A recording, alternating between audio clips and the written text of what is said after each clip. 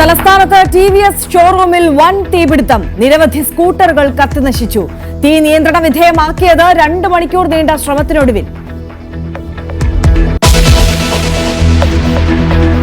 ഗവർണർക്കെതിരായ CPIയുടെ പ്രതിഷേധ സമരം ഇന്ന്. ദേശീയ പതാക ഉയർത്തി സംസ്ഥാന വ്യാപകമായി വൃക്ഷത്തൈ നടും.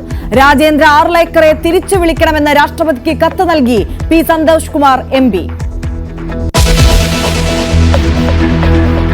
ബംഗളൂരുവിലെ തിക്കും തിരക്കും ദുരന്തത്തിൽ കർണാടക മുഖ്യമന്ത്രിക്കും ഉപമുഖ്യമന്ത്രിക്കുമെതിരെ നിയമ നടപടിയുമായി BJP. പോലീസിൽ പരാതി നൽകി.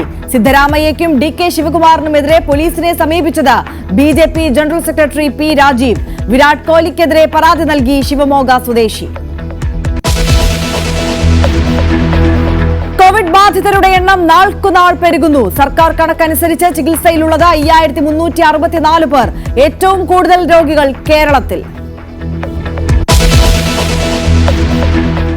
കൊല്ലം കടക്കലിൽ യുവാവ് മരിച്ചത് പേവിഷമേറ്റെന്ന് പോസ്റ്റ്മോർട്ടം റിപ്പോർട്ട്.